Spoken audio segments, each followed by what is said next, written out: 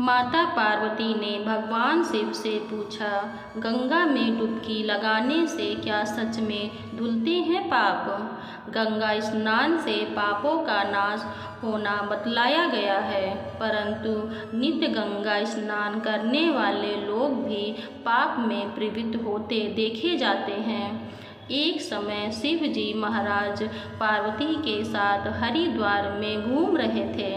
पार्वती जी ने देखा कि सहस्त्रों मनुष्य गंगा में नहा नहा कर हर हर कहते चले जा रहे हैं, परंतु प्रायः सभी दुखी और पाप परायण हैं। पार्वती जी ने बड़े आश्चर्य से शिव जी से पूछा कि हे देव, गंगा में इतनी बार स्नान करने पर भी इनके पाप और दुखों का नाश क्यों नहीं हुआ? क्या गंगा में सामर्थ्य नहीं रही?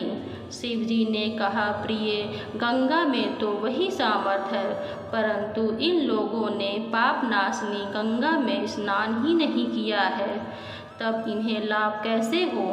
पार्वती जी ने आश्चर्य से कहा कि स्नान कैसे नहीं किया? सभी तो नहा नहा कर आ रहे हैं, अभी तक इनके शरीर भी नहीं सूखे हैं। शिव जी ने कहा, ये केवल जल में डुबकी लगाकर आ रहे हैं, तुम्हें कल इसका रहस्य समझाऊंगा। दूसरे दिन बड़े जोर की बरसात होने लगी, गलियां कीचड़ से भर गईं। एक चौड़े रास्ते में एक गहरा गड्ढा था, चारों ओर लपटीला कीचड़ भरा था। शिव जी ने लीला से ही वृद्ध रूप धारण कर लिया और दीन विवश की तरह गड्ढे में जाकर ऐसे पड़ गए जैसे कोई मनुष्य चलता चलता गड्ढे में गिर पड़ा हो और निकलने की चेष्टा करने पर भी न निकल पा रहा हो।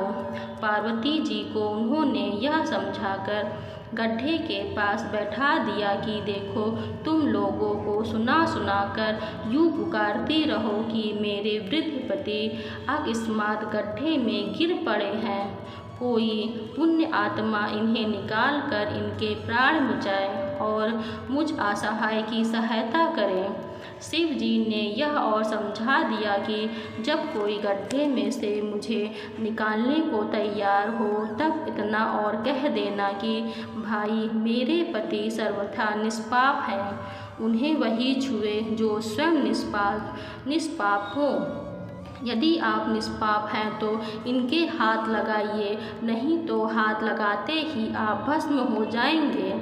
पार्वती जी तथास्तु कहकर गड्ढे के किनारे बैठ गईं और आने जाने वालों को सुना सुना कर शिव जी को सिखाई हुई बात कहने लगीं। गंगा में नहाकर लोगों के दल आ रहे हैं। सुंदर युवती को यूँ बैठी देखकर कईयों की मन में पाप आया। कई लोग लज्जा से डरे तो कईयों को कुछ धर्म का भय हुआ, कई कानून से डरे। कुछ लोगों ने तो पार्वती जी को यह भी सुना दिया कि मरने दे बुढ़े को, क्यों उसके लिए रोती है। आगे और कुछ दयालु चरित्र पुरुष थे, उन्होंने करुणावश हो युवती के पति को निकालना चाहा, परंतु पार्वती के वचन सुनकर वो भी रुक गए। उन्होंने सोचा कि हम गंगा में नहाकर आए हैं तो क्या हुआ, पापी तो है ही, कहीं होम करते हाथ ना जल जाए। बूढ़े को निकालने जाकर इस स्त्री के कथानुसार हम स्वयं भस्म न हो जाएं। किसी का साहस नहीं हुआ।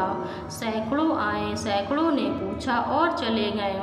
संध्या हो चली। शिव जी ने कहा, पार्वती, देखा आया कोई गंगा में नहाने वाला। थोड़ी देर बाद एक जवान हाथ में लोटा लिए हर हर करता हुआ निकला। पार्वती ने उसे भी वही बात कही। युवक का हृदय करुणा से भर आया। उसने शिव जी को निकालने की तैयारी की। पार्वती ने रोक कर कहा कि भाई, यदि तुम सर्वथा निष्पाप नहीं होगे तो मेरे पति को छूते ही जल जाओगे। उसने उसी समय बिना किसी संकोच के दृढ़ निश्चय के साथ पार्वती से कहा कि माता, मेरे निष्पाप होने में तुझे संदेह क्यों होता है? देखती नहीं मैं अभी गंगा नहाकर आया हूँ। भला गंगा में गोता लगाने के बाद भी कभी पाप रहते हैं? तेरे पति को निकालता हूँ। युवक ने लपक कर बूढ़े को ऊपर उठा लिया। शिव पार्वती उसे अधिकारी समझकर अपना असली स्वरूप प्रकट कर उसे दर्शन देकर कृतार्थ किया। शिव जी ने पार्वती से कहा कि इतने लोगों में से इस एक ने ही गंगा स्नान किया है। इसी दृष्टांत के अनुसार जो लोग बिना श्रद्धा और विश्वास के केवल दंभ के लिए गंगा स्नान करते हैं उन्हें वास्तविक फल नहीं मिलता, परंतु इसका यह मतलब नहीं कि गंगा स्नान व्यर्थ जाता है। विश्वास के साथ किए गए गंगा स्नान का मिलता है वास्तविक फल। अगर वीडियो पसंद आया हो तो वीडियो को लाइक और चैनल को सब्सक्राइब करें और अपने दोस्तों के साथ शेयर करें। धन्यवाद। कमेंट्स बॉक्स में हर हर महादेव लिखना ना भूलें। धन्यवाद।